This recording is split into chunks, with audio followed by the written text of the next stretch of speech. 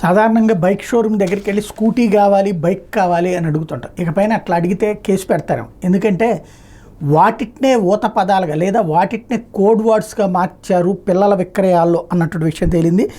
పసికందుల విక్రయానికి అంతర్రాష్ట్ర ముఠా కోడ్ భాష వినియోగించినట్టు రాచకొండ పోలీసులు గుర్తించారు. పాపని స్కూటీగా, బాబుని బైక్గా పిలుస్తారట.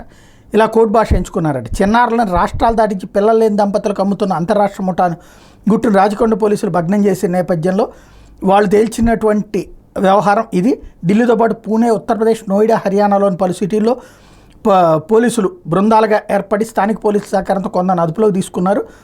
పాప కావాలి అంటే స్కూటీ కావాలా, బాబు కావాలి అంటే మీకు బైక్ కావాలా అని ముఠా సభ్యులు వాట్సాప్లో పిల్లలు లేని దంపతులకు మెసేజ్లు పంపేవాళ్ళు.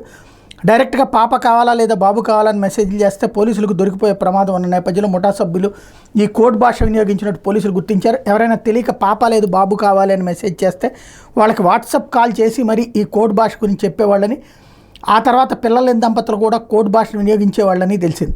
ఈ రకంగా పలు ప్రాంతాల్లో పసికందులు విక్రయించినట్టు తేలింది. ప్రస్తుతం రాచకొండ పోలీసులు అరెస్ట్ చేసి రిమాండ్కి పంపిన వాళ్ళ వివరాలతో పాటు వీళ్ళకి సంబంధించిన ప్రతి ఒక్క కదలికల మీద నిఘా ఉంచుతున్నారు. ఇప్పుడు ఇంకా కొత్తగా నిఘా వేసి ప్రయోజనం ఏముండదు.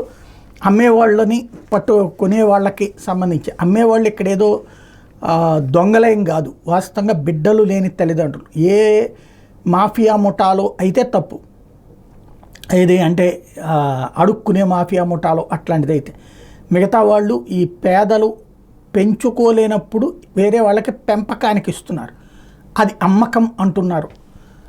అంతే ఇక్కడ తేడా.